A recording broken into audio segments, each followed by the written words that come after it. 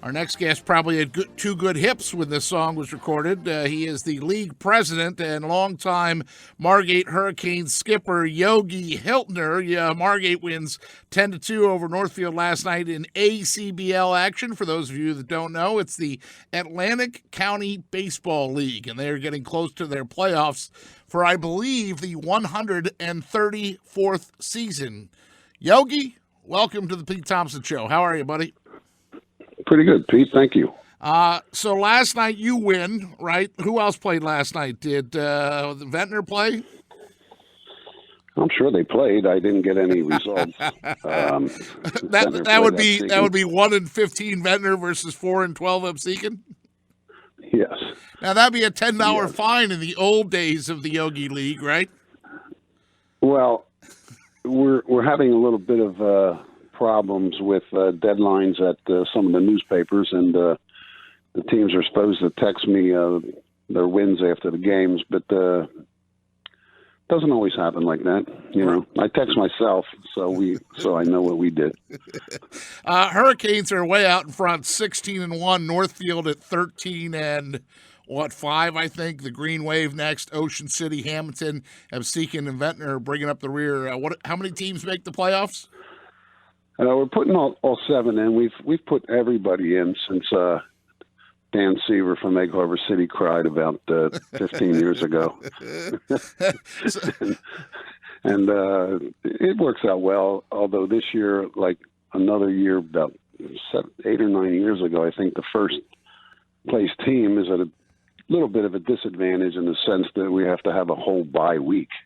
I tried to come up with some formula of a playoff, but too much last minute. Okay, you go here, you go there. So we stay into the 3-game format. So Margate, if they hold on, we'll have a bye, and then Northfield will play probably Ventnor, and so on and so forth. So for people that don't know, we're talking with Yogi Hiltner. He's the longtime Margate Hurricanes manager, commissioner of the ACBL, or league president, if you will. Player. Yeah, ex-player. Yep. Have you given up the one plate appearance a year, or do you still do that? No, I haven't done that since the surgeries about 8-9 years ago. Hip replacements. Plus, I'm lazy as hell, you know, so I don't work it as well as I should, but I have not given that up one at bat. How do you describe the ACBL to people that don't recognize or realize what it is? Well, it's a league of some high school players, mostly college players, and then lately more ex-college, ex-minor league players. So we're spread out probably a little more of a percentage leaning toward the sort of older player now, which sort of gives you the older players, the ones that make up the league, and they're there all the time. We're finding now that the college players are all going to summer leagues that their coach wants them to play in, and there's probably NCAA recognized leagues about 40 or 50 around the country. So, I mean, you can get into any of them that your college coach recommends, and you go up to a 20-man roster, and I'm not sure if they all play a lot, but that's their choice, and we eventually get them back, some of them back after they're finished chasing their dream. Right, their college days are done, or their professional baseball days are done. Yogi, you've been able to find talent, it seems, year after year. Guys move on, and you're like the old Nebraska teams in the 90s. You don't rebuild, you reload. How do you pull that off? What's with the Nebraska reference? You know, I spent a decade out there. I know. They won 3 national championships when I was out there, you know, when they were good. Yeah, I know. Well, we won 21, so we'll stay on top of them. I think, well, we have a product in Margate, basically. You know, and it's with consistency of at the top, and it's getting some players that fit into our scheme of craziness, I guess you'd say. And we sort of just run with what we have, and what we have is pretty good, you know. Do you think people can fully appreciate the wood bat aspect of it? Because, I think, as a spectator, or if I'm there working as media, when I see somebody come back and they're ticked off because they just broke a $200 bat, these are guys, like, for example, I think of one of your pitchers, Jared Lenko, who I think is listening this morning as he's doing his landscaping work in the blazing heat out there. He'll go and work his full landscaping schedule, and then he comes and throws 7 strong innings for you later that night. Yeah, but it has to be on Monday, because by Thursday he's too fatigued. So he usually pitches Monday or Tuesday for us. And speaking of Lenko, he's just a warrior. He had a rough outing in the beginning. I think he still won the game, but every game he's been getting better and better. And the other day, and I think he's 41 or 42. And people have to come out and just watch him pitch. He is a pitcher. He knows what he's doing on the mound through years of experience. He stays in tremendous shape, and guys like that, like Jason Law, and that are up there, take a lot of pride in what they do. And the wood bat, we used to be aluminum. I think we turned to wood in about the year 2000, and I started running the league in 80.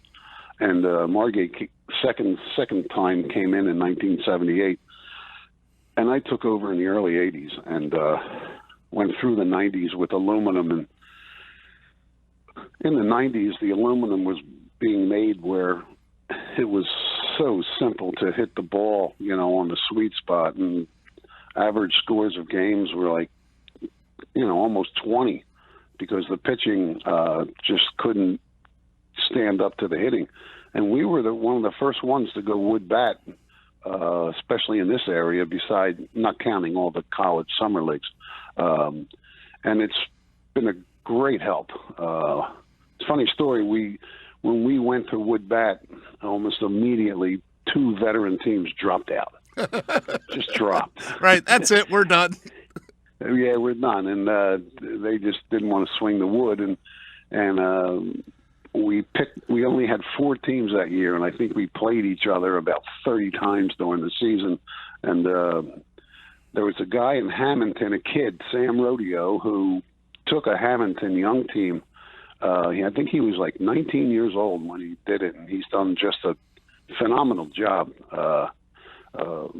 keeping that team afloat with talent. And if it wasn't for someone like a young kid like him, and I think Lower was in and Bentner was in, we would have had a problem. But then then finally we went to 10 teams about a few years later because of the wood, and now we're settling down through different circumstances, running out of players, like I alluded to before about college players not playing. They're going away and playing, and teams struggle. So, but going to wood, I think, was a great thing, and the players love it. Well, since you're a lifelong baseball guy, Yogi, where do you think the state of the sport is then, too? Because I know you spent years with Margate Little League and all that. Are kids playing baseball anymore? Is that part? Because Mike Hill talks all the time about the fact that every town had a Little League, and now you have, like, combined towns that, or you're scraping to get the kids away from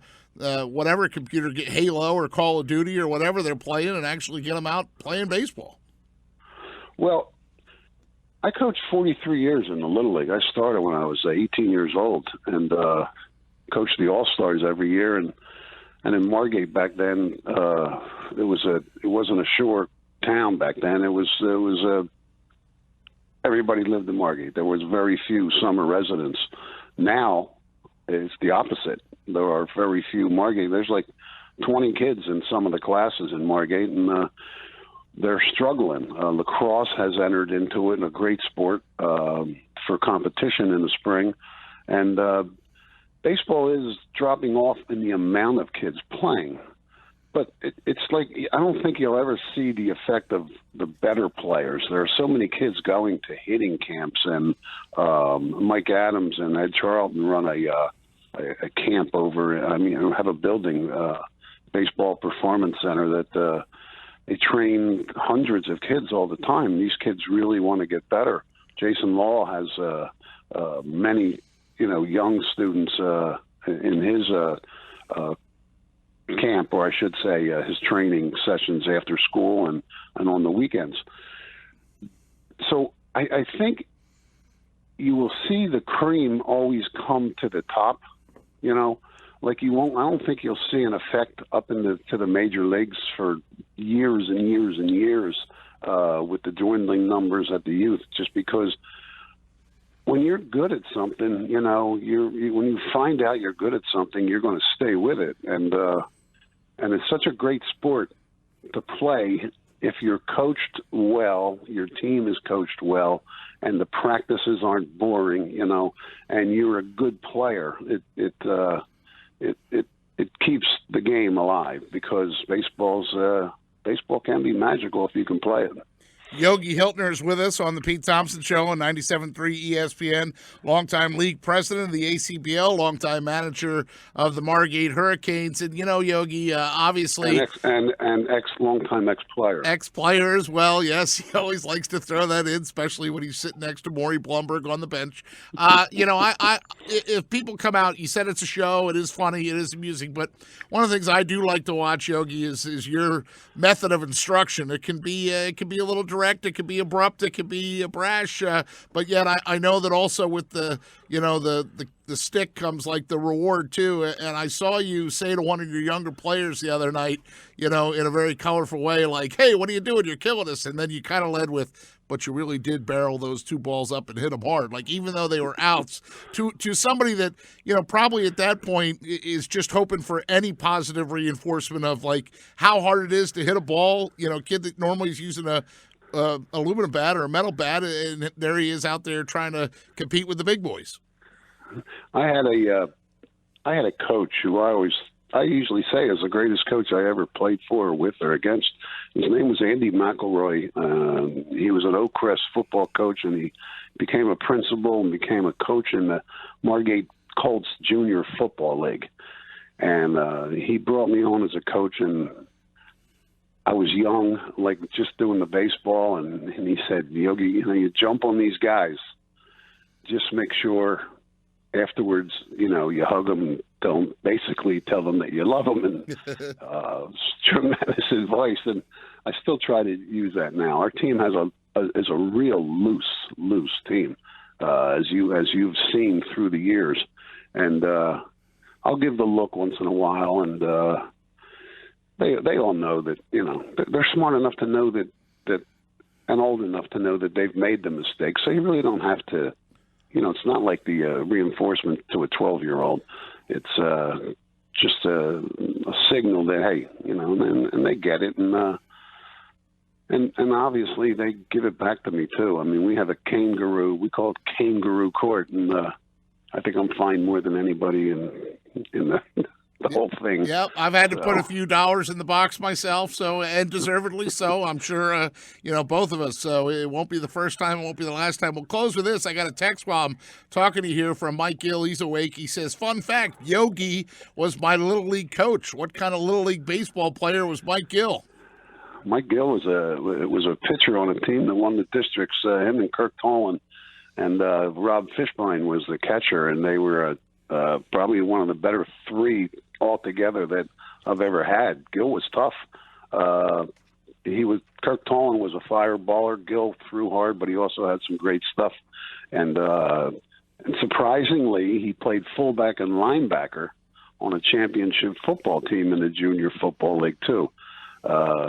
Very tough kid, and a little witty, a little brash, but that's what you need, playing sports.